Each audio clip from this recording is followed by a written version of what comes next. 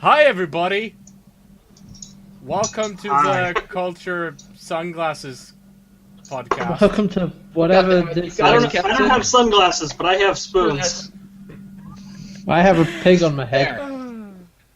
In the tiny camera, they look like sunglasses. Yes, they do. I'm actually wearing 3D glasses. Oh god, it's all coming right at me. It's like we're in the room with you. Okay. Okay. All right. That's yeah. enough of that. That's enough of that. So, hi everybody. Welcome back. It's time for episode 3. Yay! We've had At fun. long last. We had fun doing this, and today, at least not today, we're not going to be pulling sick always. But I think Warner Brothers is expecting the new Joker to be doing that because they haven't built his design, and it's a thing. It is. We'll talk about that. Yeah, I am Lamor, and joining me today is Can Wear Hats, Hi. I'm here. HP Braincase, Hello. and Red Nightmare. I'm back. Yes, second time guesting. Yay. Yeah, I was gonna say I've been relegated to guest. Excuse me. It was fine. Yeah, Science guest. Don't even worry about it. yeah. And today we're gonna talk about. Let's see, what's our today's topics? I think the big thing that's been going around the internet this week is the fact that they're doing paid mods on Steam Workshop, and I think we all have some opinions about that. Yes, but Pretty much. I think we're gonna do something else first, right? Yeah, we've got other stuff to talk about as well. It's not just going to be Yeah, like that's the big thing. 80 But minutes we'll. of that. No, I mean we usually open what we've been doing. That's Oh, all right. We'll get to that. We get there. Go ahead. And Battlefront is going to be using some very interesting tech to build a world of Star Wars. So I Star Wars think, Battlefront. I think it's going to open a big, interesting question at the tail end of the show about quality versus quantity. And then last is today's news is Silent Hills has been cancelled according to Guillermo del Toro. Yeah. It makes us all sad. And I'm others. sad.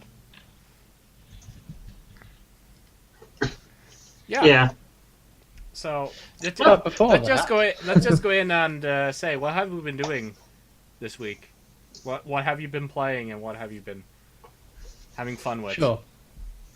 I can start. If that Sounds good. So, in terms of gaming, I finished Alien Isolation. I finished that on stream. Yes. Had fun with that game, and it was a bit frustrating at points. But yeah, very good. I've also been catching up on Agents of Shield because I've been super behind on that. And yeah. I've got Ask me. Yeah, I probably have. I've most of the way into season 2 now. Only a couple of episodes Sweet. from where they've got up to. Yeah. Yeah, Um, I completely that's- caught up. I haven't even started on any series yet. I need to do a lot of catching up. I haven't even that's started fine. Game of Thrones season 5. Yeah, I'm I'm behind not. on that as well. I am, but I don't know if I can actually be bothered to catch up. But anyway, that's what I've been doing. Those are the two main things. And yeah, Agents of Shield has been fun. I've been tweeting about it, and there's been like a couple of times where it's like, here's a character who's really irritating, but they get better over time. Yeah, that's true. I- Yeah, Sky gets better. Yeah. Yeah, a lot better. that- she does get a lot better. At least once season 2 starts, she's already a lot better. Yes. And I apparently mean, it gets better. Agent of Shield has had a lot of the issues on when it started. They had a giant plot twist that was going to happen, but they couldn't spoil it, and they had to build everything around this plot twist thing. Mm-hmm. And it wasn't until Captain America: Winter Soldier actually came out they could actually do what they wanted with Agents of Shield. Yeah, it gave them a lot more meat to sort of to the show and made it a lot more interesting. So I think Anyway. I think the show would have gained a lot more momentum if they'd actually refrained it from being released until Winter Soldier was out. Fair enough. Anyway, that's what I've been. That's what I've been up to. So, who's up next? HP Case, what have you been doing? Yeah, you'll be happy to know, Lamb. I have finally gotten bit by the Star Citizen bug. Yes. Uh-oh. Yes. It's gonna be one of those. I started playing it. I'm slowly learning how to fly. I in a 4-hour stream yesterday. I did finish a single race. So well done. I must So say it's so going well. myself. And I've been brushing up on KSP because 1.0 releases tomorrow. Yes. Oh yeah, Kerbal Space Program. That's for, tomorrow. Windows. Might be playing that on stream tomorrow. Might need to pick that up now. Yep, major engine changes, but I'm looking forward to it. Yeah. What have you been doing, Red Nightmare? I've been playing Assassin's Creed 4 Black Flag. That came out on Xbox Live free, games free with gold. Oh yeah, Which, sweet. I actually quite like that game. I'm having a lot of fun with it. I'm starting to understand what people meant when they said the ship parts are way more fun than the land parts. Yeah, it's a game that would be way better if it wasn't an Assassin's Creed game. Well, I don't actually directly agree, but when playing it, I realized that the controls on the ships are very tight, even though the ship handles like a fat lady, Yes. which you expect from such a large ship. But when you're on land, you actually the controls feel very sluggish and very imprecise compared to some other platformers I've played recently. So Yeah. it's sad. I've played a lot of other games. I've played one of the games you're going to talk about, Lamb. So I'll cut in there. Yeah. And I on Bookfront I finished American Gods. This Yes.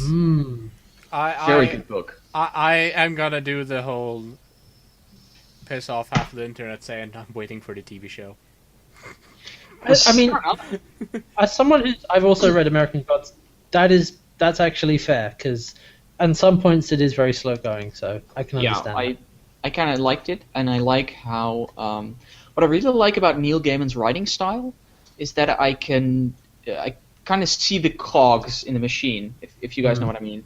I can see why a sentence works, and I can see why a character works, and he's one of those writers that makes it look easy, without actually it being easy. One of my favorite Neil Gaiman quotes is when people asking him about writing. He said, "It's as easy as putting one word in front of the other, and that hard." Yeah, which I think is kind of sums it up because it makes it look straightforward, and it's not overly complicated language, but it's very well crafted. Yeah, agree. All right.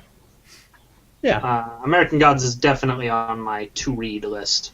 Definitely worth it. It's a good one. It's a very good book. What have you been up to, lad? I've been playing Killing Floor 2. Oh, really? Me too. Finally came out. I've been waiting ever since. Well, I've been waiting before it was announced because it's like, shouldn't there be Killing Floor 2 by now? Like, shouldn't be coming out. Like, Tripwire, Loads please. of money. Loads of money. And it Loads of finally money. it finally came out, and it's everything I wanted. It's That's good. So it's just it's always so nice good. when a sequel lives up to your hopes. Yeah, it's not finished yet. It's still in early access, but it's like Killing Floor 1, but better in about every single way. Everything that counts, it's better in. So, that's what you want. Yeah, it's what you also want a out of very a sequel. good early access game in that everything that's in it works well. exactly. They There's mentioned only in 4 their they have like the early access post where they like talk about the game. They basically say their aim when they were releasing the early access is our game will be basically complete and bug free. It just is missing features and needs balancing. Yeah, that's fine. That's good. I like that approach. Yeah. There's only a few maps and a few perks, perks being classes in that game, and a few weapons, but everything exactly. that's in there works. everything's in there Alright. works, and everything that's in there is very polished. I've been having a blast with it. Sound is great, graphics is great. The map design, I'm amazed by. Like, Oh, cool. yeah. So Yeah. I'm having fun with that, and Me too. yeah, that's what I've been doing this week. Otherwise, I've been doing nothing. That's all I've been doing Just all killing Floor That's 2 all bad. day, every day. Yeah, Yeah. All right. yeah. Fair So enough. we have some Do you want to do follow-ups. some? Yeah, we have some follow-ups to previous weeks. So Mhm. first of all, surprising Does any- absolutely nobody. Daredevil is Yeah. getting a second season, Yep. which is I believe they've now said it's gonna start filming in fall. Cool. I think Pretty the quick. only person who didn't see that coming was Matt Murdock. Because What a bitch. she's blind and you can't see.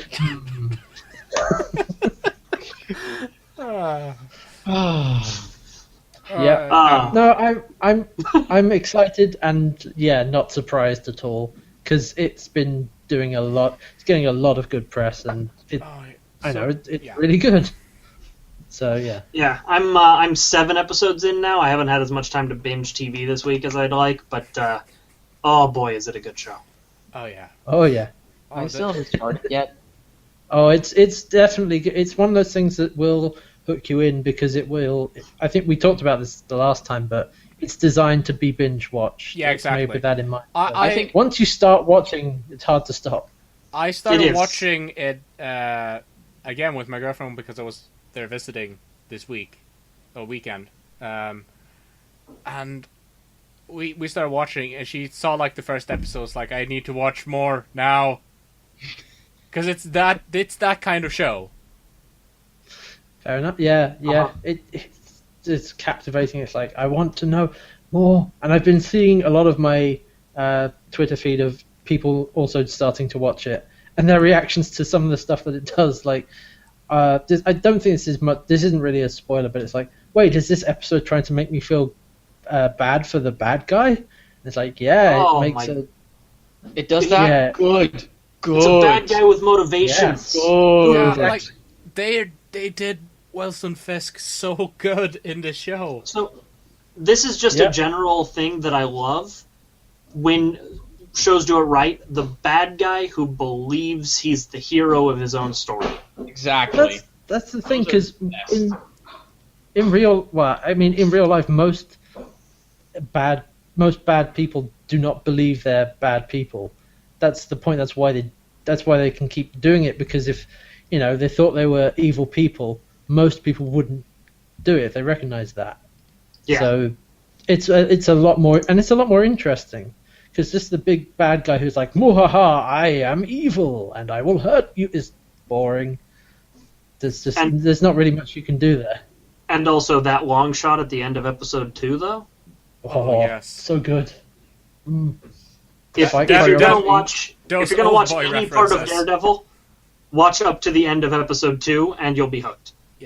Yeah. Is No, what I'll no. say. I'm gonna make a promise right now. I'm gonna get Netflix tomorrow, and I'll just start watching. I have the day off tomorrow. Do it. Perfect. It- Cool. It's Sounds good. Yeah. it's worth the free month of Netflix because it's free It's to worth. do the first week. It's First month. It's more than worth Netflix it. is a small. Yeah. I could easily get Netflix. It's not a problem for me. Yeah, exactly. like Yeah. even if you just actually pay for 1 month of Netflix, that's still worth it for Yeah. that. The amount of entertainment you get out of it. Yeah, absolutely. Okay, Uh, so series I need to Like, catch up like on you by watched now. Daredevil and then you watched Avatar. I already yes, watched exactly. that. That's what I did. Oh, I finished Avatar as well. Yeah. I didn't mention it, but Oh yeah, I finished it, and Yeah, you did. it's so good. Yes, It's it's- so good. It's just the best. It's such a it's- good series. Yeah, I'm really glad I watched it all the way through and Hats. finished it, and yeah. Hats. Mhm. Stories of Ba Sing Se. Tales of Buses. I know. Ugly stopping. Hero's story Yeah. was like, oh, you Oh. just turned that character in. You just explained everything about that character in 5 minutes. I'm like, know, it's so good. That's very good. Yeah. Uh, So and Korra is on the list next. So Yeah. there we Yeah, I go. need to catch up on that. So For our other follow-up, our listeners may remember the doctor we talked about at the end of the first episode who was getting ready to perform a human head transplant. Yep. yes. Who knew? Who knew this was going to come up? Yeah. Who knew we'd have a follow up to that one? But it's come from a really weird direction. Yeah. So who wants Specifically, Kojima. Hideo Kojima apparently might have ties to this. Okay, I want to get one thing out of the way first. I do not work for Kojima. I am not part of this conspiracy. Oh. I promise I am not part of this conspiracy. So the thing that happened is there's the head transplant thing, and apparently head transplant is going to be a thing in Metal Gear Solid 5. And it happens so that the doctor that is doing the head transplant in the game is very similar to the doctor that's doing the actual head transplant. And then NeoGAF started putting all the ties together, and there's some really weird, specific ties there. Conspiracies. Some fantastic conspiracy theories. I think it hasn't been confirmed that in the game there's a head transplant, but they just noticed that the doctor looked exactly like this doctor. Yeah, no, and there was a lot of other ties. The thing I've been guessing about this whole thing is if it's an actual like viral campaign or something, it's not like the doctor is paid off or anything. Like this is an actual thing. This is an actual respected neurophysician that's been working in the field for years. What I'm expecting is this is Hideo Kojima piggybacking his like viral campaign on the work of this guy. So I buy the connection. I buy that angle that he used the research. I don't buy that it's a viral campaign. I actually don't buy that at all. I think what is much more likely is that this guy's been active for since 2008, so about sort of almost 8 years, 7 or 8 years. It is very likely that Kojima and his team used this guy's research as part of their inspiration for the story of Metal Gear Solid 5, and is now coming out because he went public with the head transplant thing, and so it's people have found links there. I don't believe it's a deliberate viral marketing campaign, and NeoGAF went way overboard with finding the amount of things. Yeah, they found his cell phone number and called him. That's not okay. Yeah, that's not. Yeah, okay. that's really not okay. It's beyond not okay. Yeah, and it's just such a weird thing that is happening, and it could be a actual. I understand why people want to believe it, but and I can see why that it's very likely not a coincidence, but I don't think it's a dedicated viral marketing campaign at all. No. At all. I do have to admit, I was listening to the Jimquisition podcast earlier today, and they also mentioned this, and I like their thought process for like 5 minutes. We're like, but what if it is? What if it is? Because what if this is a viral marketing campaign that the groundwork was laid for 8 years ago? Exactly. So they put this guy to med school just for this. I love that thought. That's like the head transplant. They agree to pay for his med school if he agrees to come out with a crazy theory about a head transplant. No, but like, as far as we know, the head transplant is a real thing that's happening. Yeah, no, yeah. It's real. He was dead serious on this. Yes. Yeah. It's just that suddenly there was a bit of a few weird ties to Metal Gear Solid 5, and people picked up on it, and it could be nothing. If anything, it's the world's greatest coincidence. Like I said, I don't think it's a coincidence. I think it's much more likely that it's inspiration and not viral marketing. It's very definitely at least inspiration. Yeah.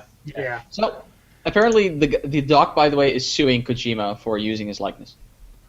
Oh, fantastic! There you go. Well, there you go. There's a spanner in the works for conspiracy. Yeah, that's something. Jimquisition podcast. I don't have a source for that right now. Sorry.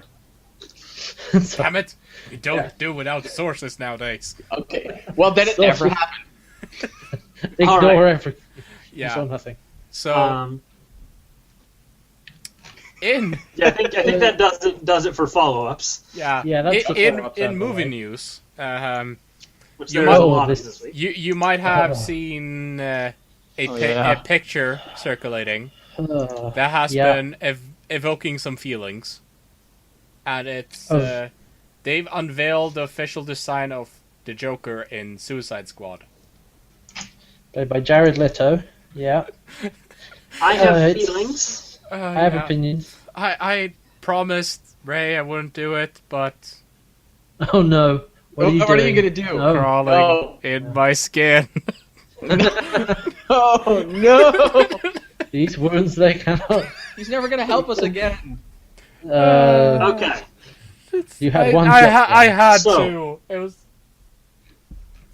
It's. I think we can all agree that it's not a good design.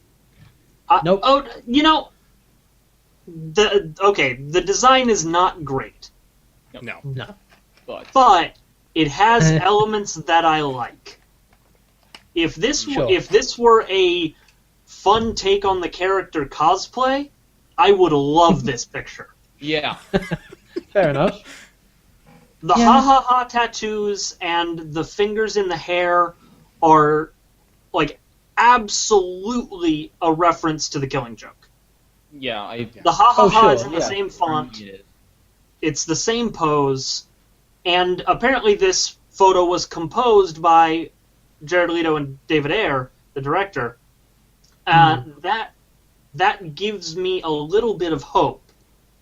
Because while the actual visual design of the character isn't great, it shows that they at least have some sort of love for the source material.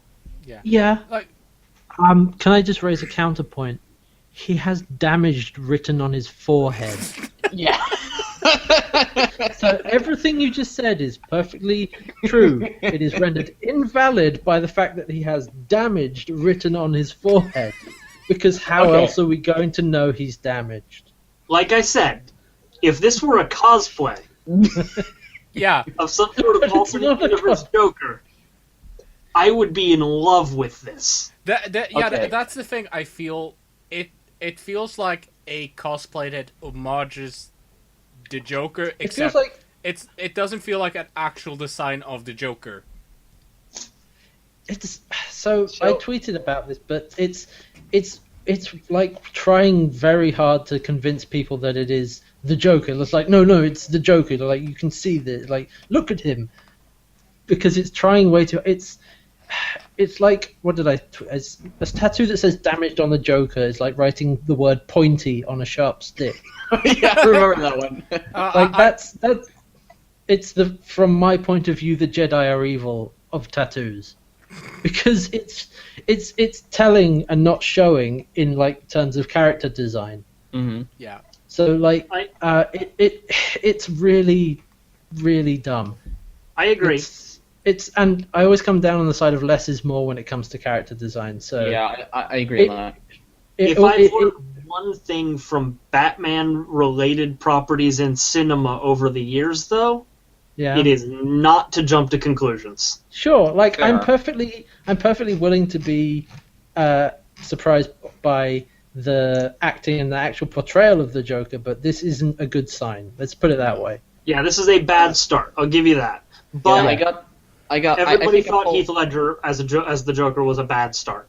Fair enough. No, that's the thing though. When I heard Jared Leto was going to play the Joker, I got excited because I think he would do a very good Joker. Yeah, I don't I thought like he'd be the fine. design of this new Joker.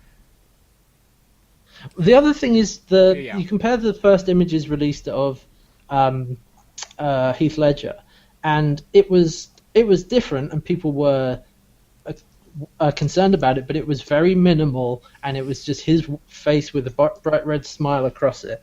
It was actually, it didn't give a lot away, and it was like, oh, okay, this. And when it came out, people had assumptions, but there wasn't really much you could tell from that photo. This seems to paint a much stronger picture of what they're going for, which could be inaccurate, but. This paints a picture. Yeah, Who this knows? paints a picture of a Joker who stabs 4 or 5 people every day. Yeah. I stab 4 or 5 people I think every day. I wonder how the rest of the characters in Suicide Squad are gonna look. Point. Yeah. Personally, I'm falling. I think I'm somewhere in the middle. I think this could be very good depending on the acting. Yeah. I mean, if they go for a bit more of an aggressive Joker, I think this would work really well. But I really hate the damaged, because what I really like about the Joker is that He can pretend to be normal. not even that. You sometimes believe he's the only person who's normal around there. Yeah. What I really like about imagine everybody is taking the Batman seriously, and only the Joker is pointing out that he's a millionaire dressed in like a bat. He's the Yeah. only person You're a pointing that man out. wearing a bat costume. Exactly. Yeah, Everybody else yeah. just goes with it, and he's the only one who mentions how completely insane that is. So it's like, Yeah. is the Joker the only sane person is in this universe or not? And this version does not scream that to me. The one thing that I think could save this design, is if he I'm just spitballing here, but like when he really and truly snaps, the white makeup comes in.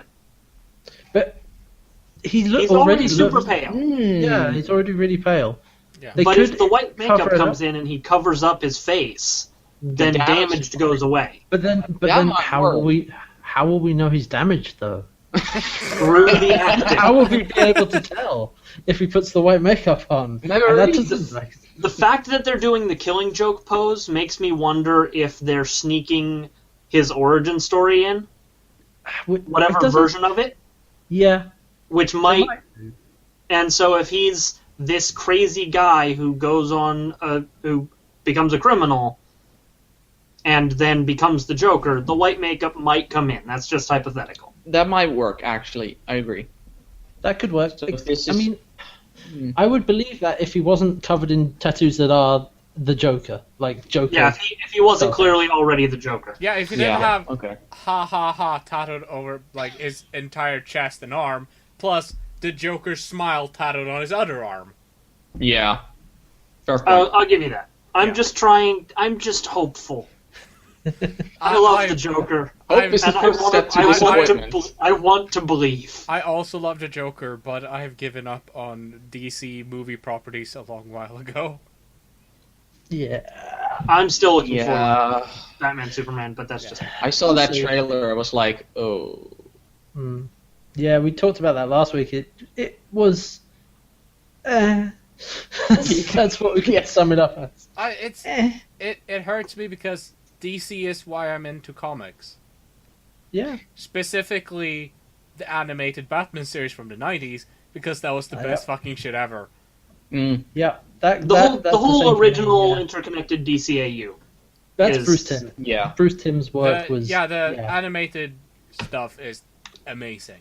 And they still do pretty good animated stuff. It's their actual cinematic movie releases that have issues in that they only recognize Batman as a thing. Or Batman as the only way to do things. Yeah. Like, that's the only approach they seem to take. Is the same. But this thing we have mentioned on, 3 podcasts now. So Yeah. let's So head basically, Yeah, DC let's move on. let's head on God. to the next piece. speaking of that, As opposed to this new version of the Joker, which is new and different and possibly very terrible, moving on to news of things that haven't changed at all. Chris Pratt is still Chris Pratt in Jurassic Park. Yeah. And better Jurassic segue. Park Better is, segue. yeah, Jurassic Park is still Jurassic Park. Like, they've released the new trailer, and it's... So, the new trailer is, if you haven't seen it, it's new park. Park is open. People come to see park. Scientists There make is- mistake. Scientists make mistake. Make dinosaur wrong. Dinosaur escape. Thing go bad. Oh, no, They- but Hats, you're forgetting dinosaurs sneak up on people. Exactly. Tyrannosaurus Rex-sized dinosaurs sneak up on people. Exactly. And then at end, some people survive, but not all.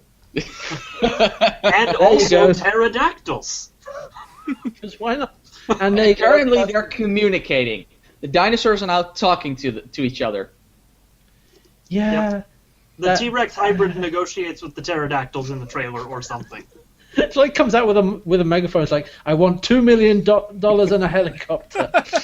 What are your demands? I would like a sheep.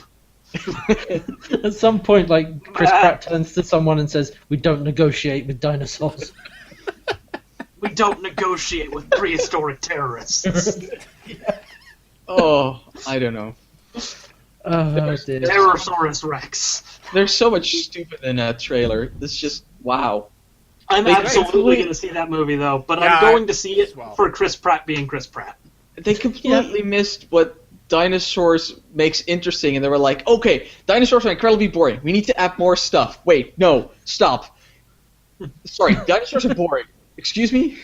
Where did you get that from? Life finds a way to be mashed together with two different dinosaurs by scientists. I mean, that is part of the plot of the film, is that like it's on two levels. It's like out of universe where they're like, dinosaurs are not interesting enough, let's make a new dinosaur, put that in the film.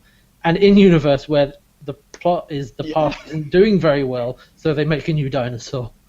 It's like but I had an interesting reaction to this trailer because I was seeing all these things and was getting really excited. But somehow I realized I was getting excited because of the trailer. Because once I thought a bit about it, I was like, no, this trailer is making me excited. I'm not excited about this movie. I'm excited about this trailer. The one thing I did really enjoy about the trailer is that there are very clear homages to Jurassic Park.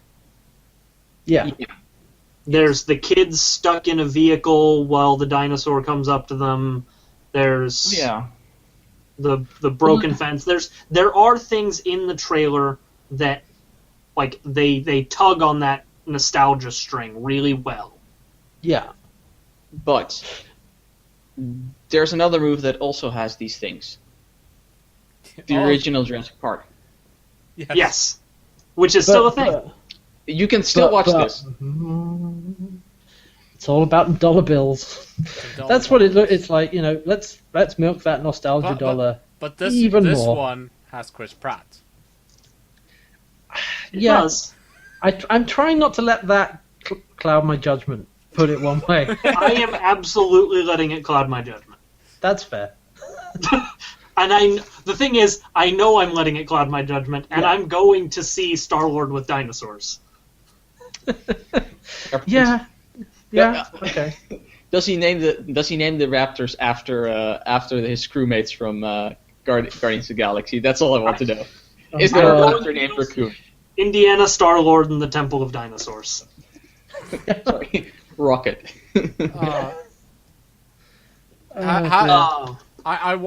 I wonder if that rumor is actually true that he's going to be playing Indiana Jones. I hope so. Oh, He'd be great at that. Yeah, that has been a rumor for about 2 months now that he is who they were looking for to play Indiana Jones. He's the right person for that job. I mean, he already plays basically Han Solo in Guardians of the Galaxy, so... Yeah, I suppose so. Yeah, I saw him more as like a John Crichton from Farscape character, but I can see Han Solo as well. But speaking of Star Wars... speaking of Star Wars... Yes. Indeed. We've got our first details on the first... Well, they're not the standalone, they're calling them anthologies now. But the first... Star Wars anthologies. Star Wars anthologies, which are going to be the like standalone movies that they will release every 2 years, I think. That don't necessarily focus on a Jedi. Yes, like the first one. Or the... Yeah. What you were trying to say? So I was going to say, they're not necessarily going to be following Jedi or what is happening in the main films at the time. They're just going to be a thing in the an universe anthology. of Star Wars. Yeah. I had to Google that word. Yeah. Yeah, just a collection anyways, of stories. So we're getting our first taste of them bringing back something from the expanded universe, because they're doing Rogue Squadron with Star Wars Rogue One. Yes, I mean and Rogue Be a heist Squadron. movie. Rogue Squadron isn't strictly from the expanded universe. It was in the films. Like Rogue Squadron But it's was a like thing. the Rogue Squadron books are. And Yeah, games. no, I know, but it's not just from the extended universe. They are taking it from the movies as well. Yeah, But so- yeah, I'm excited. The timeline of it is supposed to be shortly before Episode 4, I believe. Yes. Yes, so because they're it's going to be about them stealing the Death Star plans. Yeah, and everybody making jokes about many Bothans dying for this, and we get to see that. You are wrong, because Bothans died to bring the second Death Star plans. Get it right. As the person who made that joke in our notes, only to be corrected by you, Yeah. nerd. This was also in the notes. That is also in the notes, yes. Yes. Yes, it is. Yeah. Yeah. So no basically, Bothans died in the making of this film. But yeah, it's gonna be. the credits. That needs That to really, be the credits. oh god, I would love that so much. I want at least one Bothan to die, but I don't need many. It's like he gets shot and falls down. And it's like, are you okay? It's like, no, I'm fine. I thought I was dead there for a second. And then the film just goes on. Yeah. So just to summarize what we've actually gotten to know so far, we've gotten to know the title, the release date, the general plot. They're gonna steal the Death Star plans, and we've gotten to know our main character, and I completely forgot who is playing her. That release date, by the way, is 2016. Yes. I don't think we mentioned that. Who is playing her? Felicity Jones. the- Felicity Jones Oh, okay, is playing cool. the main character Oh. of the movie. And Rebel Soldier. A rebel soldier. Yep. Yes. For those Right. not familiar with her work, she has done things. She's been in. I was looking. She She has She was been in The Amazing Spider-Man 2, apparently. Oh, Theory she's of really Everything? in that movie. Yeah, Theory of I haven't seen Everything. it. Or sort of her 2. Oh yeah, no, she Everyone's- played Stephen Hawking's wife in Theory of Everything, I think. That's Yeah. probably, I would say that's her biggest role. Yes. So there you go. What do I know her from? I mean, Diary of Anne Frank. they do this a lot with just the Star Wars movie overall. Star Wars movies overall. It's that they try to use unknown actors. That's good. I like that. Yeah. That's something I've liked about Star Wars. It's I mean- something they did with the original trilogy. It's not something they Well- did as much with the prequels, but it's something they're aiming to do again with the new trilogy. Although, I mean, they did it with the original trilogy apart from Alec Guinness. And Because I'm pretty Who sure... only agreed to do it if he got killed. yeah. Oh, and who played Moff Tarkin again? Oh, Peter Cushing. Peter Cushing. Yeah, exactly. He's not exactly a light name either. Exactly. Those are basically the two old guys who everybody knew. Yeah. And then everyone else was mostly like new actors. Which Yep. is good, because I always see like people talk about... I've seen people fan cast films online where they bring in well-known names. And it's like, no, you're missing out on a big pool of people because you only know popular actors. They're So, using a lot of... They're using some popular actors for the new Star Wars film, but everyone that's like a main character is an unknown actor. Yeah. Hopefully they all remember to sign the I get a career after this contract that Harrison Ford did. Yeah. Yeah. well, I mean, Hamill came out well, I believe. Yeah, Hamill did well. Hamill said, I get a career, it just has to reflect the fact that I got into a car accident, so I can't use my face much. Yeah, it's... No, but he's in Voice No, acting, it was... yeah. He did movies after the car accident. He just stopped doing movies because his face meant he didn't get the roles he wanted, basically. But he did a fantastic voice acting career as the Joker, funnily enough. Yes, Among my other favorite things. Joker ever. Yeah, And yes. he also did Wing Commander games, which was a face role. Yep. Which I plan on playing soon, Wing Commander 3 and 4. Yes, Mm-hmm. they're very good. Yeah. I love those games. And I should pick them up. since we circled back around to the Joker, I think that's a perfect segue into things that have been ruined in comic book universes by movies. Oh yeah. Yes. Well, I tried to defend the Joker. I cannot defend the new Fantastic Four trailer. There is no defense. I think you mean the Fantastic trailer. It's got the 4 in the middle. I can't wait for Fantastic. It looks great. Oh, it's... Okay. No, it doesn't. Yeah. It looks terrible. Let me run down my issues with this. They don't need to be angsty college students. First of all, they don't get their powers from an accident in space. Well, that's I can take that. I will say there is a reason for these changes, and I will explain it when you're done ranting. And my biggest gripe with the entire thing... Oh, right, I know what this is. The source article that I have describes Doctor Doom, unironically, as an evil blogger. An evil Russian blogger. That's... Yeah. Evil blogger Viktor Domashev. He's supposed to run a country. Exactly. Sorry. That's the biggest dumb thing. That makes me want to punch somebody in the face. So the thing I was talking about... His face is like metal. Yeah.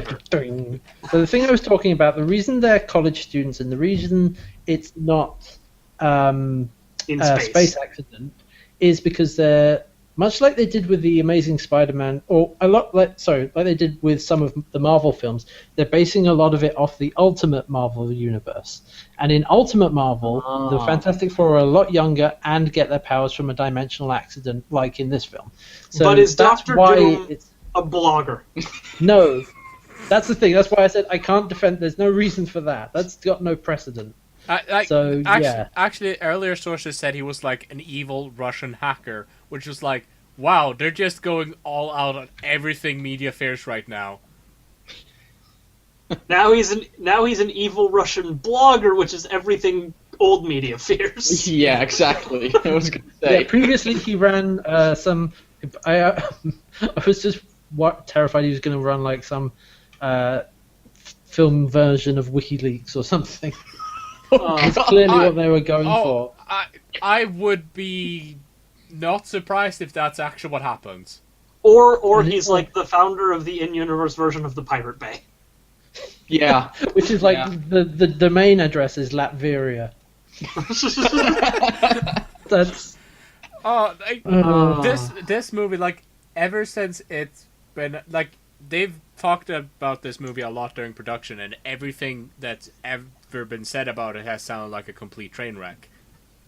Like, and then the words "evil blogger" entered the conversation, and the train wreck lit itself on fire. Yeah, it's like a train wreck that's already crashed, and it suddenly explodes just to add extra. Yeah, it's like it's crashed. It's fallen over. It's off the rails. It's not going anywhere. And then just like 10 minutes later, just lights on fire. Yeah, no exactly. Cue this being the best comic book movie of all time or something. That's not gonna happen. I will gladly I will gladly take my words back if that's the case. I will gladly do that because I know it's not gonna happen. The question is, will it be better or worse than the previous Fantastic Four movie? Because that's a pretty low bar to get under. Well, at least the second one... Barbados Slim couldn't limbo under that bar. I mean, the second movie, at least the one I think I saw that, didn't take itself very seriously, and that helped a lot. Right? Yeah, the Silver Surfer. Yeah. That helped a lot. This seems to be trying to take itself seriously. Yeah. And I think that's going to make it go under that. Doesn't seem to have a sense of humor about itself, really. There's one joke in there, and I'm like, that's not even in the movie, that's just how you cut it. And the way you cut it in the trailer is also incredibly horrible, because you cut a laugh in that had no anything being there. Yeah, her laugh is not at that joke. Yeah. I am glad they changed one thing that was a positive change. So, in previous trailers, you had them talking to who you assume to be Doom on the table after coming back and being injured and whatever. And Reed Richards says, "What's coming?" And the guy and Doom says something like, I don't know, answers or questions or something. And then in this trailer, they do what they should have done from the start, and he says, "What's coming? Doom." It's like, that's when we first saw the first trailer. It's like, how did you pass up that line? That's the obvious. And then they actually finally figured that out in time for this trailer. So that's something. It's not much. There's a lot of comic book movie news, but that's because comic book movies is taking over Hollywood. It's a thing now. Pretty much. Indeed. A movie I'm looking very much forward to, Captain Marvel, has had its writers announced and attached to the movie. We'll see how that goes. Female heroes. Yes. Yeah, one thing to clear up, by the way, is this is Marvel's Captain Marvel, not DC's Captain Marvel, who is now called Shazam, because there's a whole thing. There's a long story there, but we're not going to go into. Ever since New 52 is just Shazam, and he's going to continue being Shazam. Yeah. So to clear up, so that there isn't that confusion, and this is the Carol Danvers version of Captain Marvel, not the Marvel. There's a whole thing. It's a long, complicated story. It basically, Captain Marvel is currently one of the prominent female superheroes in Marvel's side of comics. And Nicole Perlman and Meg LeFaux have been attached. Perlman is already written some Marvel movies with Guardians of the Galaxy, which was awesome. So credit on that. Good news. Thing, yeah. So I'm hopeful. We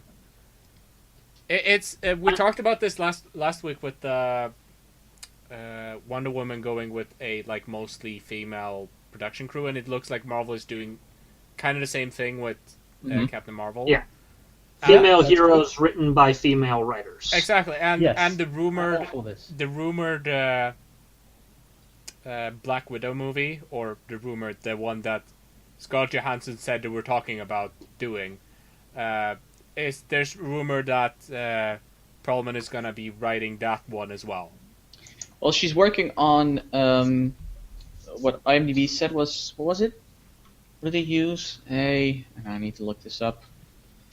But yeah, a lot of people have been asking for, or saying, where is the Black Widow focus?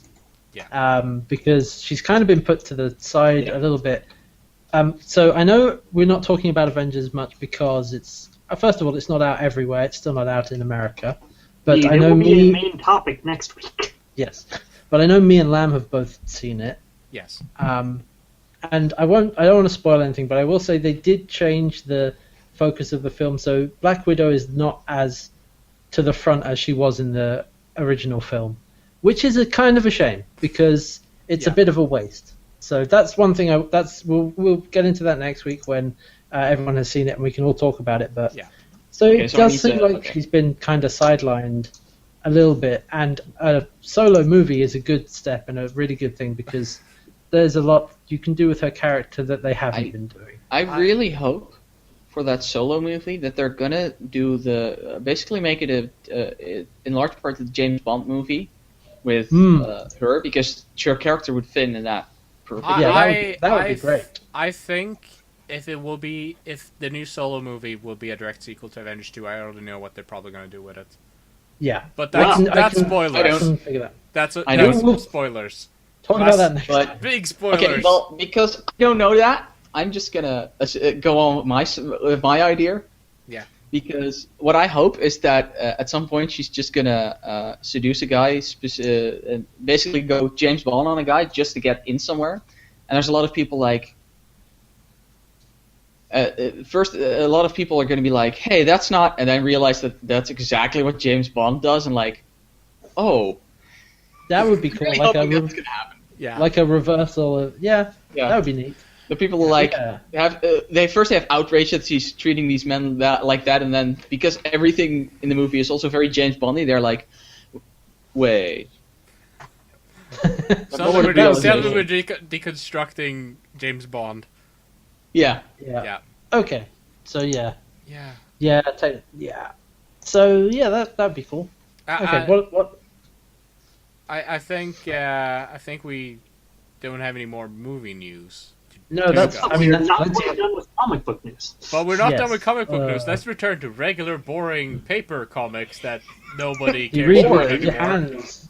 You- With the. I read them. Yeah, it's I like- recently read through all of Future's End. It was a very good Oh, comic. how- It's Oh, like cool. a Kindle. Doesn't run out of battery. It doesn't run on a battery, and it's made out of paper. But It's you have crazy. to It's manually organic. turn each page with like a sweeping motion, and it can get tiresome, and yeah, it's a whole What thing. was the It's Penny Arcade gag like in 30 years? Well, we'd like to reintroduce book. Well, it's It's like your ebook, except It's an entirely analog. it's an analog, environmentally friendly, organic-based Kindle. Yeah. Yes. That's exactly what With it an is. unlimited power source. Anyways, Eh. this upcoming topic is we're not gonna probably talk about it too much, but it's something a lot of us have opinions about. I do. Oh, I hadn't seen the title of this. Yeah. That's the only Oh, thing I this is have an the- opinion about. That That's the title doesn't help. So let's just talk about what this actually is, Yes, because Frank Miller is a comic book writer who people may have heard of. Frank. He wrote The Dark Knight Returns, Dark Knight Returns 2. He also did Sin City, was it? Sin City, yeah. 300. Batman Year One, 300 as well, yeah.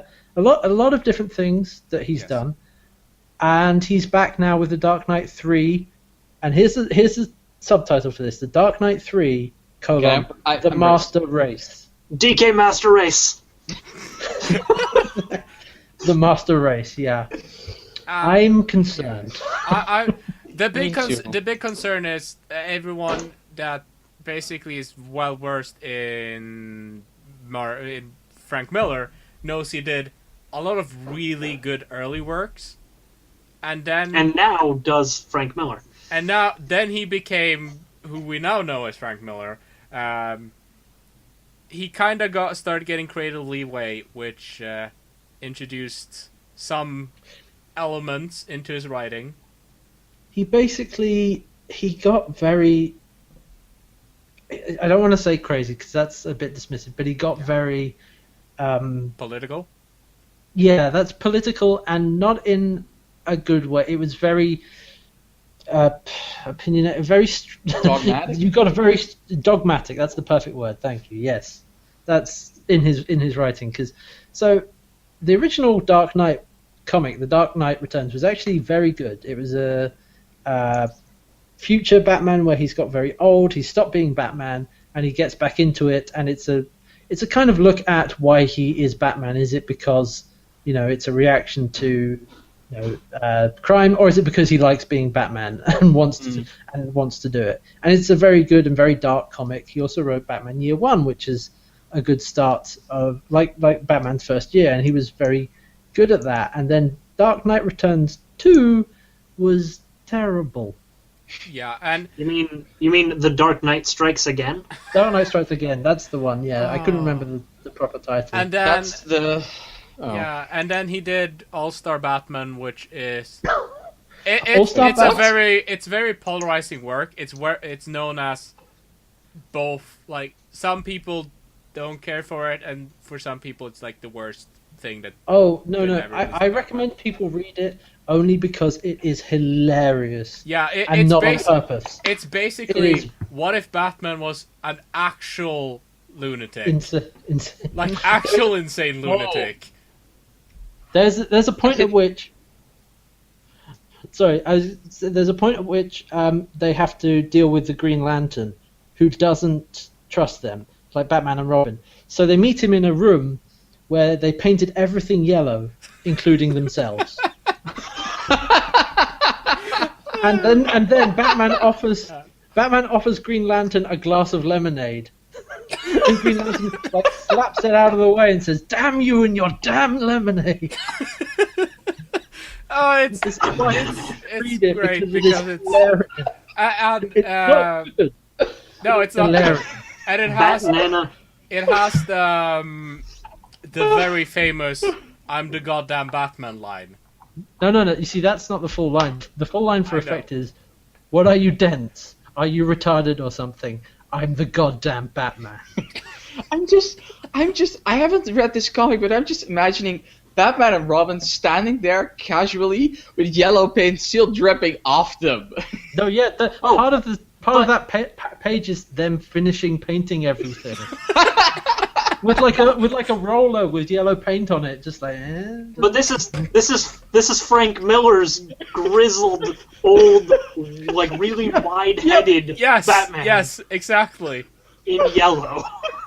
I just want hilarious. there to be one page, one frame in there that just flashes to him and Robin just being normally painting a house and making you wonder, is he just completely insane? Is this entire comic just No, all in his it's head? like No, that's what it's like. Frank Miller is the guy that created the aesthetic that DC is using for all of their Batman now. Yes, also that. Yeah, That's a good I one. would love. this is the same aesthetic they use in All Star Batman. I would love if that whole thing just the like when they sent it off to get inked, the printers called them back and were like, "Do you really mean just yellow? Like all of it? Yeah. Yellow."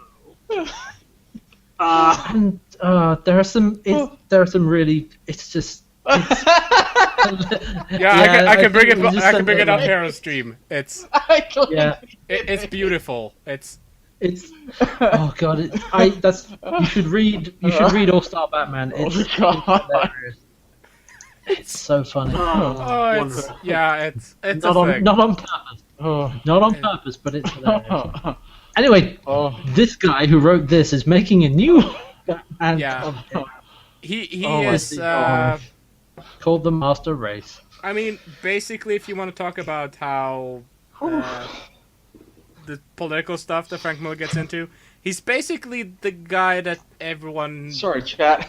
that new comic book industry, like the comic book industry, that's aiming more to being diverse and stuff like that. It's basically the kind of guy that industry hates. Yeah, the exact opposite of that. Yeah. Like, He it's do- all. He does not do well, it's female not characters well at all. As No, he he doesn't does want to not. do them well. No, he doesn't really care. Which, It's also I guess- kind of sad because he's had all of these. He's had this downfall into unhinged kind of comic book writing and a lot of health issues as well. Like he's not a well man. Yeah, he's actually. I was gonna say I heard quite he sick. He's Yeah. yeah. So it's kind of actually. It's a real shame because he used to do some very good stuff. Yeah, Like Batman Year One. Yeah. Man Without Fear, Dark Knight which Rises is a big thing where the new Daredevil show is based upon, Yeah. including the costume that Daredevil wears for just about the entire season, is the costume from that show. Yeah. So It's sad. Yeah. And in an actual sad way. yeah, in an act. Not in an ironic or anything. There's Yeah. And Yeah. On that down note, do we want to roll into our first break? I think we Yes. probably should. let's been go. on Let's for- go on our first break. We'll be Sounds First like break. a good we'll idea. be right back after none of these messages because we don't have any. You can go and If you find want to someone on send your us own. messages and money for the messages, please contact Lam. There's no overlay. When you come back, we'll all be painted yellow and drinking lemonade. Sounds good. I forgot how to mute Hangouts. I'll mute myself. Oh yeah, everyone muted themselves. We'll be right back. I'll show myself out. We're back. Hey, Hi everybody. Yeah. You don't get to see that bit. It's secret. Don't watch that. Yay, we're back. Revealing things. Exposing the business. Pay no attention to the men behind the break screen. We have backstage. I think one of our big things that we're. What is it again? Yeah, probably the biggest news this week. Yeah, the biggest thing happened this week was in partnership with Bethesda, Valve has now started offering paid mods onto the Steam Workshop. Yes. Yeah. This has evoked some reactions. Yes. Including a reaction from myself, which I'll talk about because it's basically after all of this information was gathered into one place. I've made some decisions, but yeah, basically what happened. They did a free weekend for Skyrim, announcing the fact that there's no paid mods. The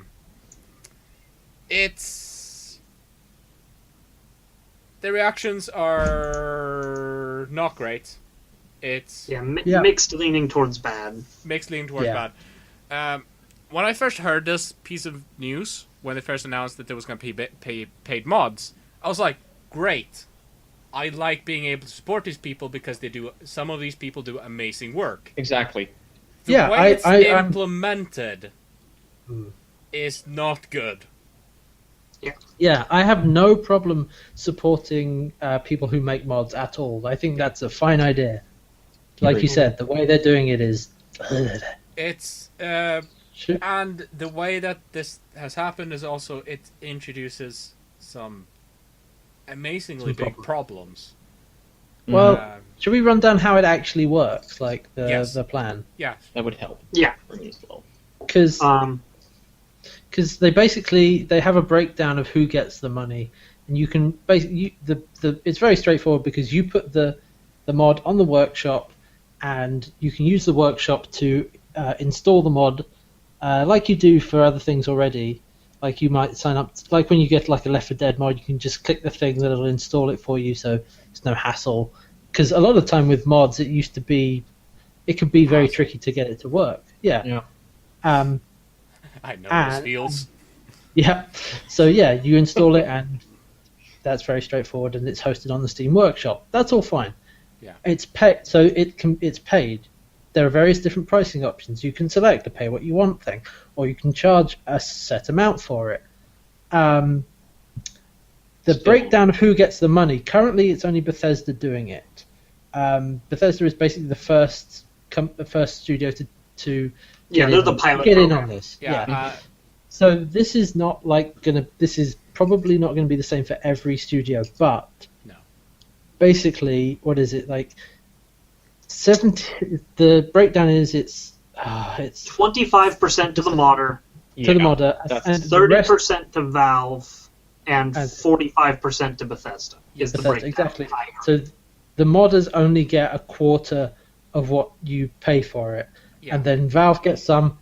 And the biggest part that is an issue is that the game devs get some. Yeah, and Valve's talked about this because this is the same split that Valve takes on anything that goes through their marketplace. Anything that's being sold anywhere on Steam, Valve takes a 30% cut. Bethesda, Bethesda decided that they were going to have the biggest cut. Yeah. And this left with modders with nothing. 25%. Hardly anything. 25% is not a lot, especially because a lot of these mods would be like $1. Well, my understanding of the way it works too is you can't even cash out your Steam wallet until you have $100 in there.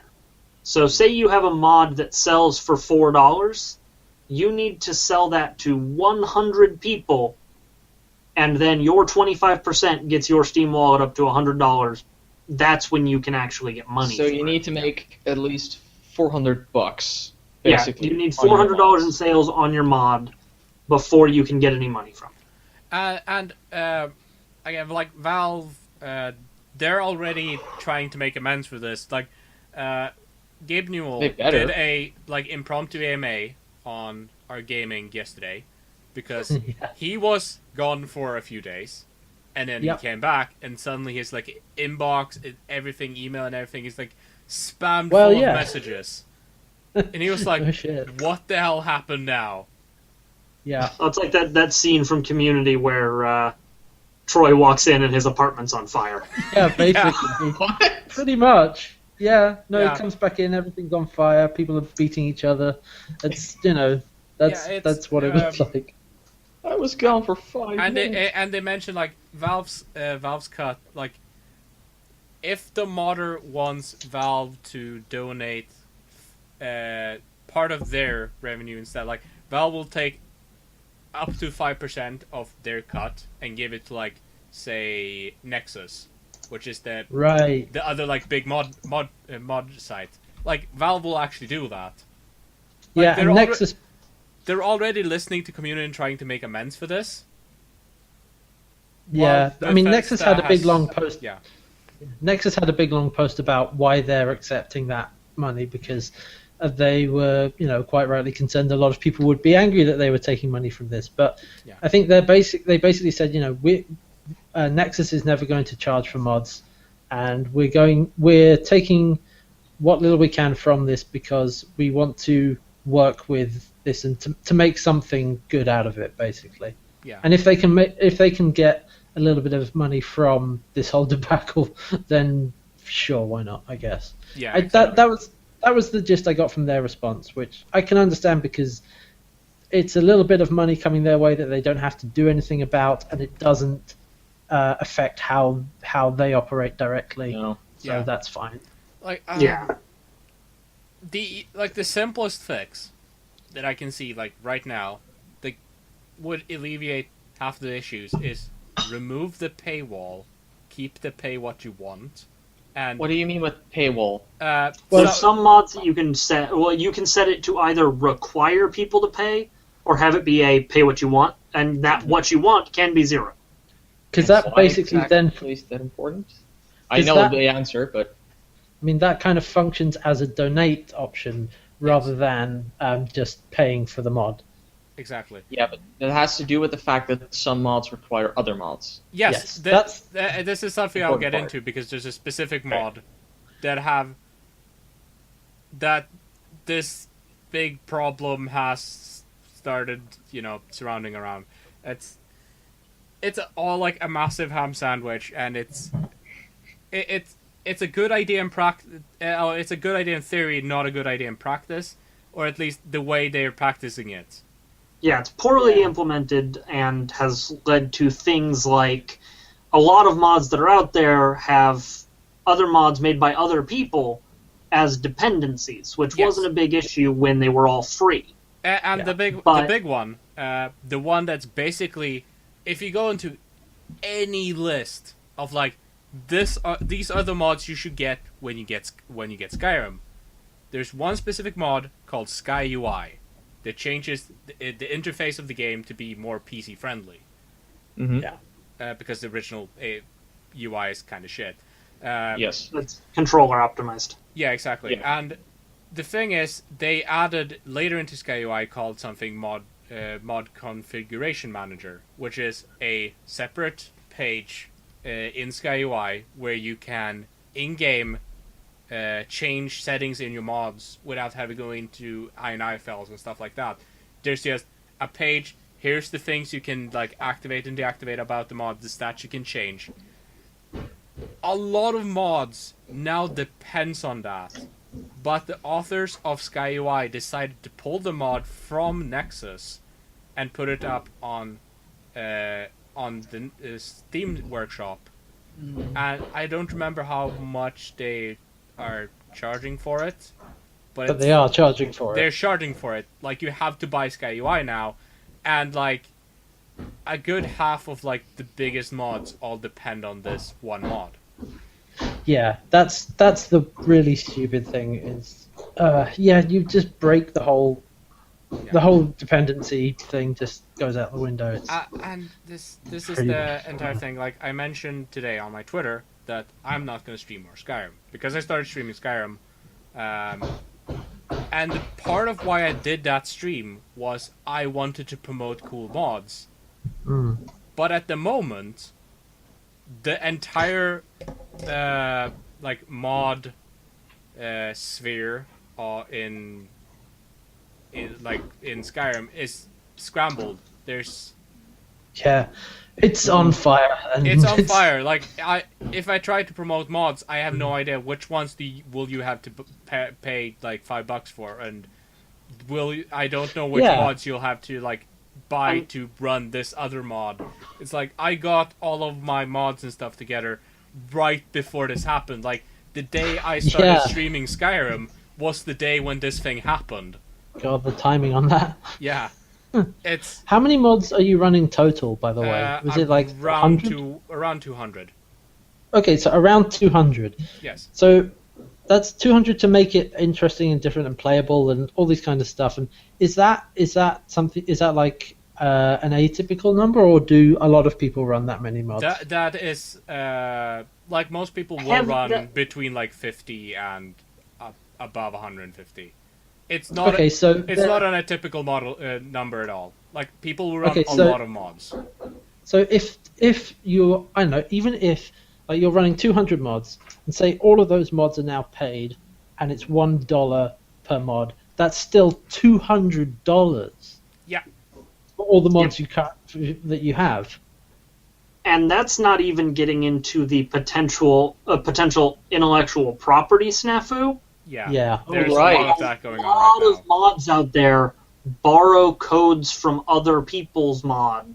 Not even to work. Now. Not even just from other people. The whole point of what you're doing with modding is you're taking stuff from the game devs and using it.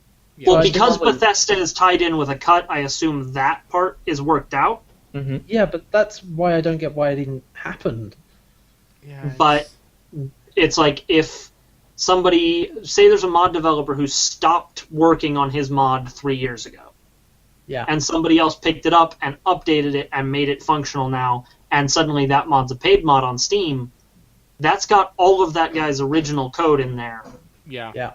But only this person who updated it is getting any money from it. It's not only code, it's assets, and it's speaking about legality issues, there's a lot of mods up right now that are straight up stolen. Like the people uploading them have no right to any of these mods. Yeah, a lot of people have. Valve and the store isn't curated by Bethesda. Yeah, the store isn't Valve. curated. Valve isn't doing anything about this right now, which is sounds another like big Valve. issue. It's like they have to burn it down and salt the earth on this one and just start from the beginning, because this is a massive problem, and people want this feature, but they don't want it like this. Yeah, and people have already started. Some modders are taking down their mods so that somebody else doesn't upload them and start charging for them. Yeah. That's a shame that they have to do that. Yeah. And not to mention only mods that use other properties. Yeah. Like Macho Dragon Randy Savage. Yes. Or Thomas the Tank Engine Dragon is one that... Yeah, My Little Pony might have heard of. dragons. Lots of different types of dragons. It's like all of these mods also use other international properties. It's like it's a minefield. I don't even know why Bethesda's lawyers would even agree to this idea to begin with. Money? Because they're old people going to say they want to get understand how the paid. ecosystem works. Money? It's like, okay, so I agree with all of this stuff, and the other thing that I have a problem with is maybe more on I guess more on like an emotional and community level. Yeah. In that you're changing the landscape in a dangerous way. So Yeah. like the reason mods exist currently is either is because people love games and love particular games and want to make them better or want to have fun with them. The reason somebody puts all their spare time into a mod is because they want to make something better. It's a project of passion. If it's a good one to spend a lot of time on, if it's actually something people will use, it's a labor of love kind of deal. At least a lot of them are. Yeah. Because it's not a commercial enterprise. No. Now it is. Yeah. Now it's something you can make money from. Now it's something that people don't actually have to put a lot of... They just have to get something up there that they can sell. it changes the pressure. It puts monetary pressure on people to sell the mods and changes how mods work in a way that I'm not comfortable with. It's taking one of the things that I really love about online communities is like the collaboration and the sort of openness and the wanting to improve something and make it better for no financial gain, and then ripping that out and making it about making dollar bills. Yeah. That's fucked up, and I'm not okay with that. Yeah. Like, as I said, like, a lot of these issues would be solved if it was just pay what you want. There was no paywall thing. Yes. It was just, Yeah. if you want to ship in a few dollars, you can do that. Yeah, that's the other thing is I completely agree that if someone feels that they should be, that that they deserve, or that it'd be nice to support mod makers. Yeah. I think like a good way to go is more like, especially for like Nexus, is like a more visible donation option. Like Yes. say if there was a button on the mod page to directly link to the PayPal, like Yeah. a big noticeable button, or a button that linked to the Patreon. Or something like that. What if there was a pay what you want option, like what they have when you buy a Humble Bundle, where if you want to, you decide the split. That would be That is one. great. There There are many ways to fix this, none of which Valve is doing. I really like the way Humble Bundles thing is set up, and if they just set every single mod up on the workshop with that exact same pay what you want and here are the sliders, Yeah, I love that. I would be 100% fine with it. I'd like that minimum. them to... Say Valve and Bethesda have to get minimum 15%. Fine. Yeah. Sure. Like I'd like that. I'd like that system just being there. The big issue I have is the paywall. That has to go. Yeah. We can't have that and still have a thriving mod community. Yeah, thriving, exactly. Healthy mod community. That's the issue here, because big modders are taking their mods off from free websites like Nexus and putting them on Steam just so they have the chance to make a buck. Or they're taking them off from free websites so other people don't put them on. Exactly. And That's the biggest problem. Yeah, and I do understand why they do that. Like, yeah, exactly. I completely get it. It's like, you've made this thing, you put a lot of time into it, and you want to get some money from that. Sure, that's fine. I understand people's decision to do that. Yeah. But the fact of how it breaks down, in fact, you only get 25%, and the way it changes the modding community it's not good. No. I think that the thing I find the worst is that, like you said, modders that are like, you know what? Actually, I just keep it free. That they have to take them down because otherwise other people start getting money for their work. So even the ones who don't want to are affected by this. Yeah, like it's a ripple effect. If you were there's no big reason to put something behind a paywall unless it's like something big and self-contained. So one of the other things people have brought up about this, speaking of self-contained, in kind of defense on it, is that Team Fortress 2 was a mod, and so was Counter-Strike, and so was Portal.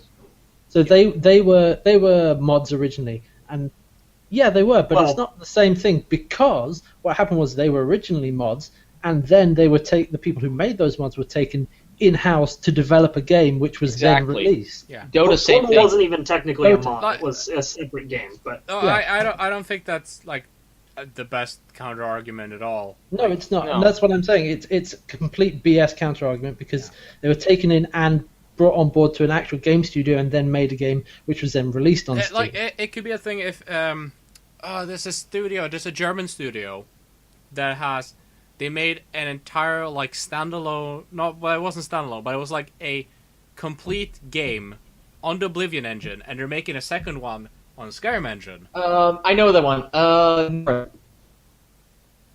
I actually played that mod for Oblivion. It's really good. Yeah, it's like those are things that I could see paywalled. I don't. Yeah, see- or like the that people who remade Morrowind in Oblivion, Yeah, Mhm. more Oblivion. or in Skyrim, but it Hey- still requires you to have Morrowind. Yeah, like say if you had that, the paywall could work there because it then It's an the entire actual game. paywall of the game would be just The price of a game. would sort of be thing. would be the licensing for Morrowind and stuff like that.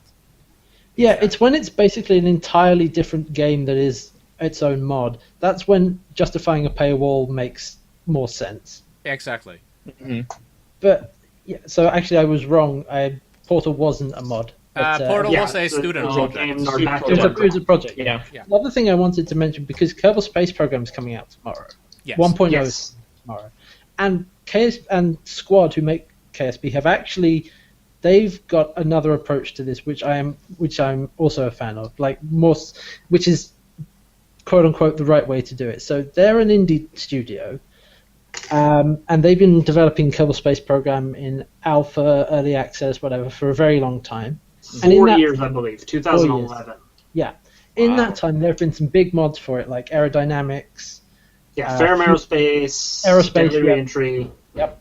And what they did, like all of those features in those mods are now going to be in 1.0 because they brought the people who made that into the team and started working with Well, them. Another that. version of that is Minecraft. Right, Yeah. Yeah, Jeb and a few of the other people on the Minecraft team were the original designers of Bucket. Which- Not Jeb. Right. Jeb was an old friend of Notch, but Dinnerbone. Not Jeb. Dinnerbone, yes, sorry, Dinnerbone. I'm thinking of Yeah. Dinnerbone. Dinnerbone was one of the original Bucket designers. And they brought him on to do multiplayer. Yes. Yeah. Or even the horses that are in the game. Yeah, the Those horse. are based on a mod called Mo Creatures by a guy called Dr. I Zar. remember that, yeah. Exactly. And they I brought believe him it's in even. I believe to it's design even the the same guy that actually made the horses because they Yeah. use like his special horse AI and stuff. Yeah, they brought him in to make them. They're his horses. Yeah, exactly. So it's So what do you bring to the company? Like that. Horses. Yeah, exactly. There It's- are it's worse a- things. Yeah. yeah. Those horses are awesome. I Don't mean, get me wrong. if we want to talk about like if they would do that with Skyrim mods, it's like what would you bring? What did you bring to the company? Horse Massive. genitals. Massive dongs. What did you bring to the company? My Little Pony. Yeah. So what did you bring I to the brought company? friendship, which is in fact magic.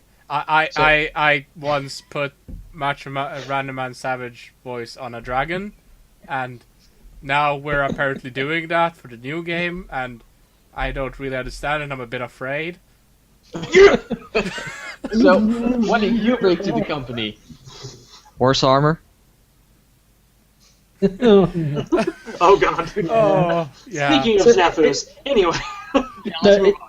I think it's Just one last thing. It seems to be what they're trying to do is take advantage of modders without bringing them in and working directly with them. Yeah. So, like we were saying, Yeah. that's what Squad did with Kerbal Space Program. That's what Mojang did with Minecraft. Is brought people who were making mods that were very popular in house and worked with them to make the game better, or to make or conceivably to make something else that would be an official release as like a DLC or something. Yeah. They're trying to get the benefit of that, basically the money from that, without working with them.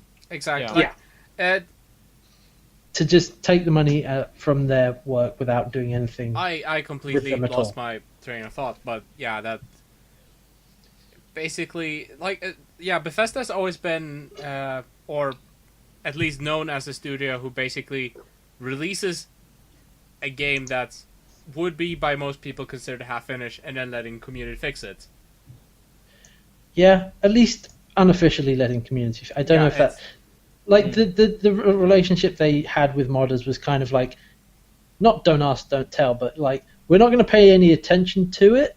But if that keeps the game going longer, great. They know it's the reason why.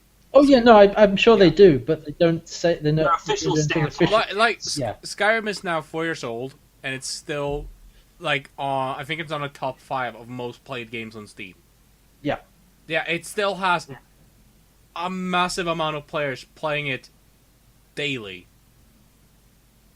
and it's 4 years. Damn. Yeah, it's ridiculous that how they're treating everything. But if we want to bring up horse armor, Bethesda that was also an experiment by Bethesda, because they released that saying, what can we charge people What can we get away with? Yeah, what can we get away with? I wonder no. if this is a lot of what can we get away with this as well, because it very possibly could. Maybe one last quick thing before we move on, because I know we've been going on about this for a little while. There was Gabe's AMA we were talking about a minute ago, and one interesting thing that he said about Valve is that they are data driven. So if people don't buy the mods, if people don't actually use it, rather than listening to feedback and complaints, they're driven by what people do.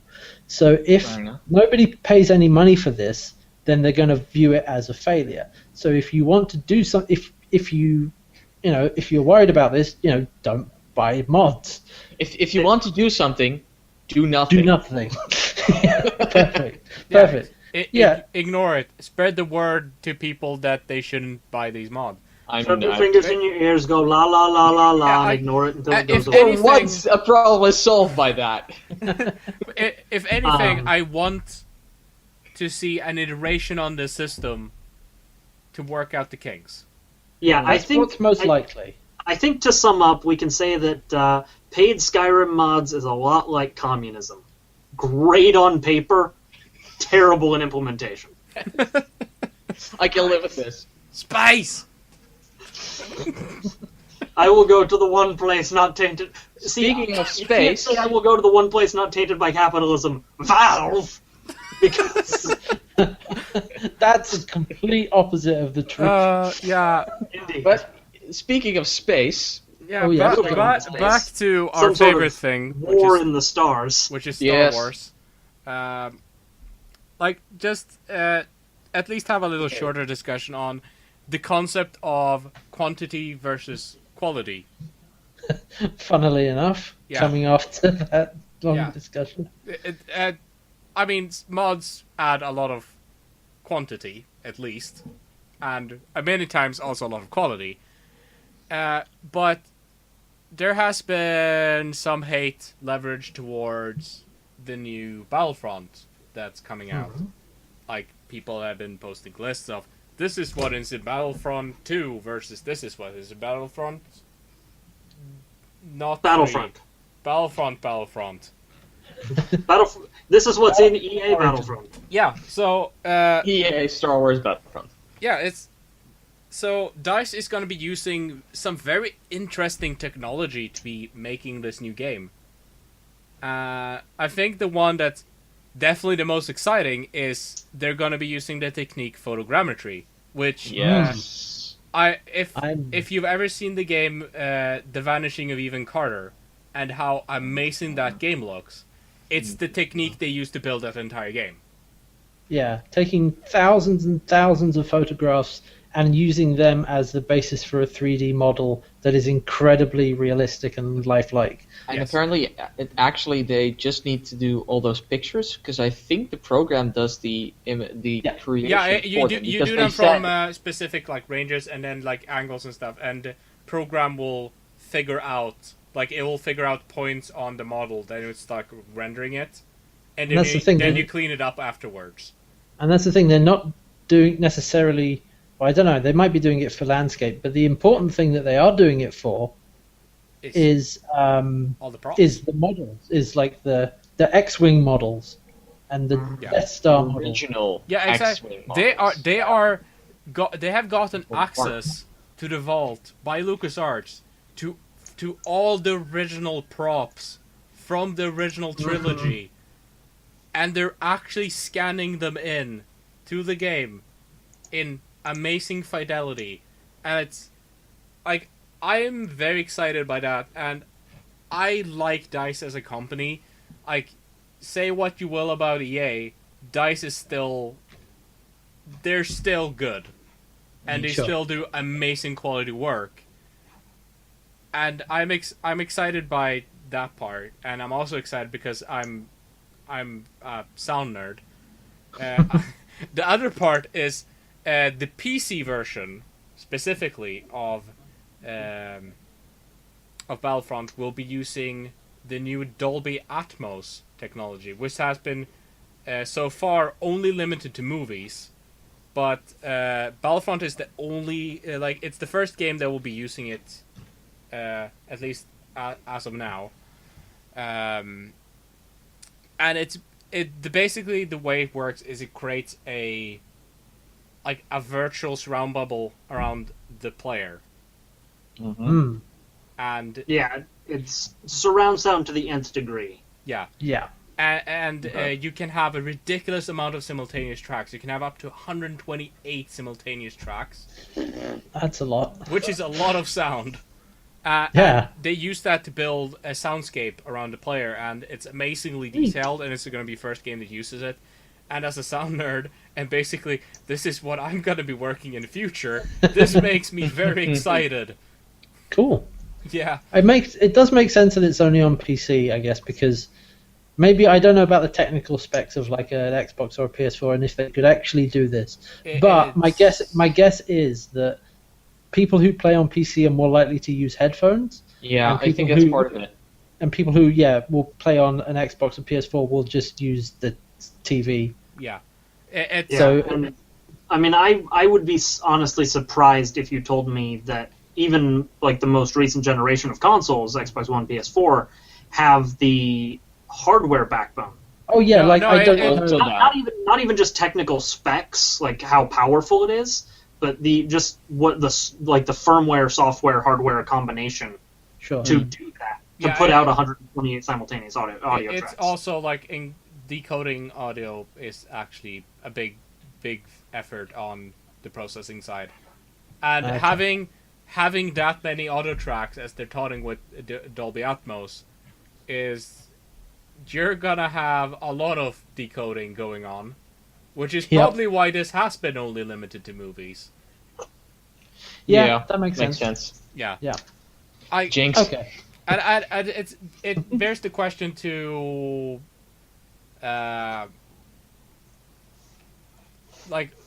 is all of this detail focus gonna end up, just as a worthy game to Battlefront as Battlefront 2 or Battlefront 1? Yeah, I mean, I don't know. I mean, they're putting all this effort into the sound and into the models. You just hope they're putting as much effort into everything else. Probably. Like, I guess. it's people say like, oh, the new game only. I think it's launching with like 5 maps or like 8 maps, 5 to 8 maps, I think it was, which is a standard number for an FPS title today, because today maps are way more detailed. Mm-hmm. And Yeah, they go deep rather than wide. and Yeah. DICE are known for detailed maps, and they're known for detailed sound, and they're known for detail. That's a thing that DICE does. Sure. It's and the thing, like, I think another thing that people were angry about is that I think very interesting is just how a lot of the Star Wars things seems to be going right now is they won't have the prequel trilogy stuff in there, and that seems to be the way that a lot of Star Wars stuff is moving right now. Funny that. Yeah, What Almost funny as if that. the prequels were Shove your terrible. finger in your ears and say la la la until it goes away. Exactly. Exactly. Yeah, It's, We are solving problems left and right. yeah. The other problem is when things go away when people are looking forward to them, Yeah. yeah. which True. is our next story. Like, Oh, yes. I still have my reservations about Battlefront. Is it's still being published by EA. We're trying Yeah. to move on. I segued. We'll Segue. move on. We'll move on. Mm. But still, To the it's, next story of things going away and it makes people sad, as opposed to things going away and making people happy. PT and Silent Hills. yeah. Oh, this thing. Yeah. Del Toro. If I you want to play PT and you haven't already downloaded it from the PlayStation Store, go do that now. What? If you still... no, can you still do that? Just for like a couple of days, I think. There's a couple of days left before they take it away. So go do that now because it's going away. We'll wait.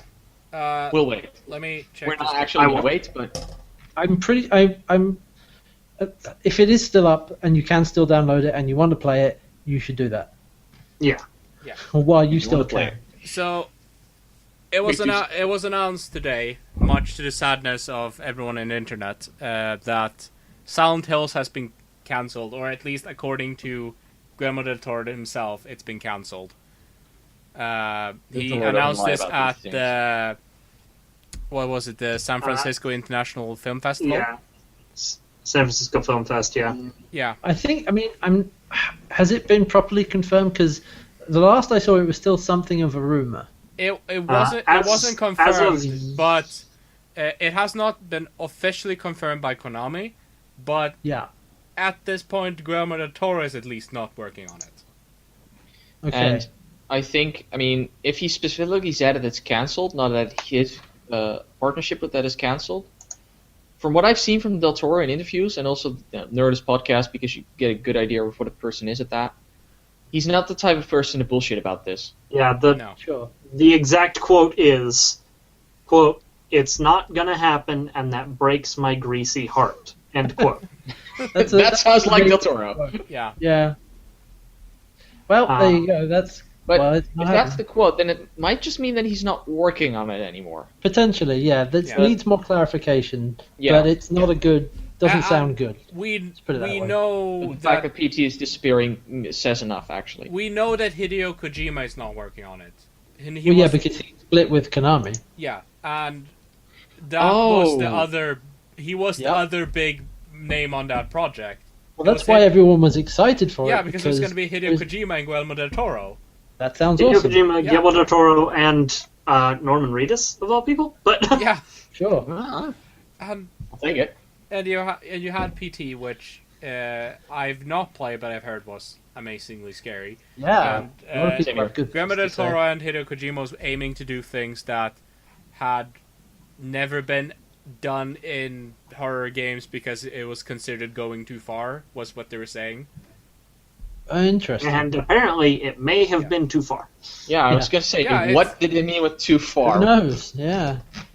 Did actual people end up in needing actual counseling? Yeah. Not the first video game project he's had canceled. No, True. It's been dubbed the Del Toro curse now.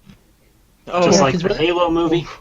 Whenever he tries to make something that is like a personal project or something he's really personally invested in, it never seems to go well, apart from Pacific Rim. Yeah. But he wanted to do H.P. Lovecraft film at the Mountains of Madness for a long time, and that's still never ever happened. Yeah. Yeah. And like you said, like the other video game projects, and yeah. It's sad. Del Toro is one of my favorite directors ever, and he does also have a track record of things getting canceled, leading to the creation of other great things. Yeah. So who knows? Maybe we'll get something out of it. His involvement in Halo kind of turned into District 9.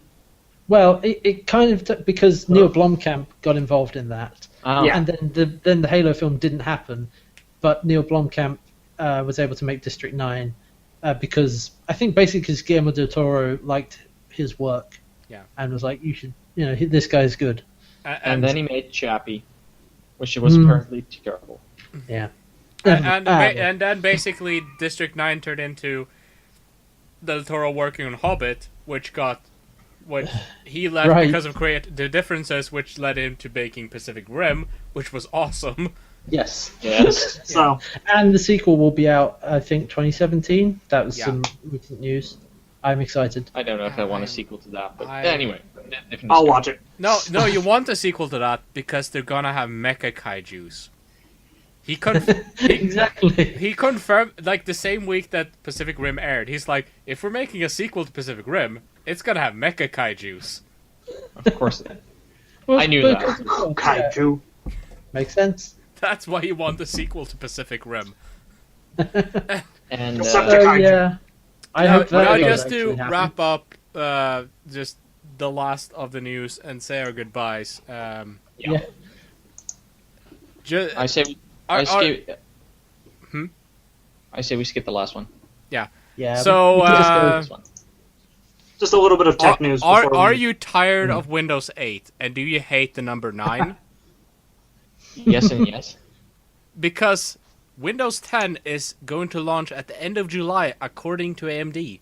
And Yep, they may have tipped Microsoft's hand a little bit. yeah, on that one. Microsoft already said that it was going to be sometime in summer, and AMD has apparently now given away the actual release date.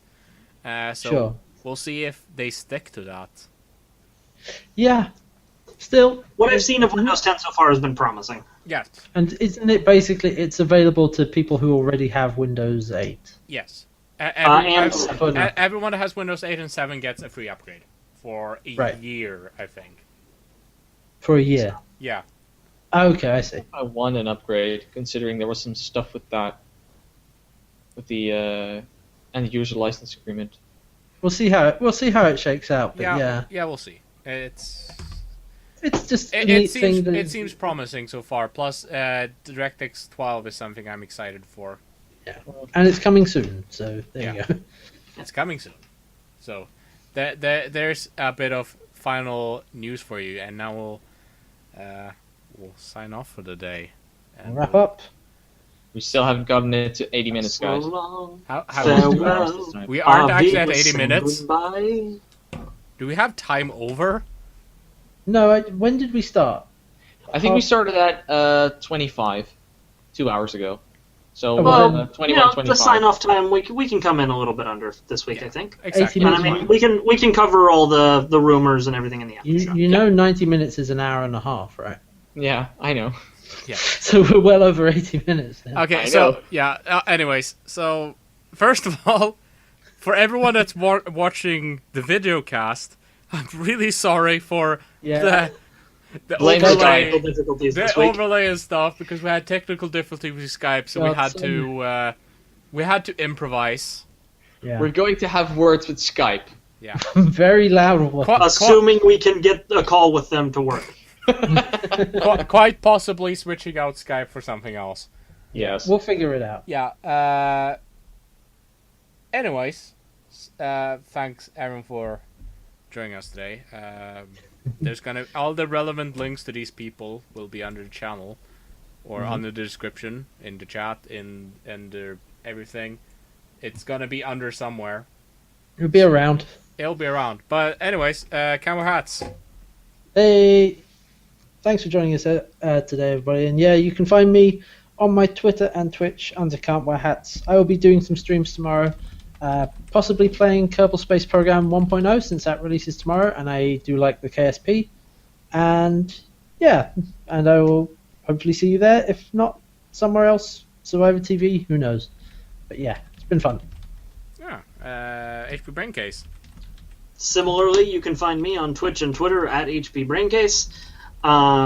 And I will be doing a stream in about 40 minutes with my wife, so that'll be fun. And I will also probably be playing KSP tomorrow. Yeah, so if you're watching the actual live feed, go watch that after this. Alien Isolation, right? Indeed. Mittens. Wait, no. No, Pippa. what's your one called? Pippa? Nippa. Sorry. Yep. Yeah. Pippa. Pippa, We'll yeah. we'll continue to exploit Pippa's terrible peripheral vision. That I watched that. Oh, That I was love amazing. That was so good. Ah, I'm glad we've both got good highlights out of Alien Isolation. that's For that's sure. at least something. Yeah, Red Nightmare. Yes, I'm Red Nightmare. I am Vidalkanin3 on Twitter, and I am Red Nightmare 7 on Twitch. And my YouTube replays are on Vidalkan Treehouse, because why the hell would I want to use the same name for everything? But I'm streaming on Sundays, and I've just gone back into Grey Goo, Ooh. the RTS, and we started the second campaign. I think I'll be able to finish that next week, and I'm hoping to get into to start streaming Wolfenstein: The New Order, but I'm hoping it needs to go on sale first. So Sweet. good. I've heard. I It is really want very to play that. I really want to play that. It sounds completely up my alley. It's so good. So I'm looking for so much new blood. Oh yeah. yeah, Mm-hmm. I saw the trailer for that. I was like, "Yep, no, this sounds good." Yeah. So, thanks everyone for like. I am your host Lamore, and I think that's everything for today. You can Donations. Sorry, You can find me on this channel. You can find me on my Twitter, Lamore. You can just follow the official Survivor TV account, which is Survivor_TV.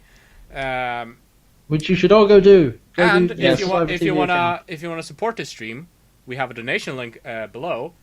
However, we only get 25%. The rest will get put into making sure Fallout 4 never gets announced. That is not true. That is a lie. That is a blatant falsehood. That is a blatant falsehood. But if you want to support the channel, for example, making sure I get an actual webcam or something like that, a boom arm, new microphone that isn't a rock band microphone. I was wondering what I was looking at. Yeah, things like that, or video games for us to play because we do co-op streams. If you are unfamiliar with our work, we do weekly co-op streams. You can get games to play during that. So if you want to support the channel, there's a link below. Make sure to follow and all that. And for people that are watching live, we'll be right back with the after show. After show. We will. Bye-bye. Bye-bye. Bye, everyone. Thanks for watching. Goodbye.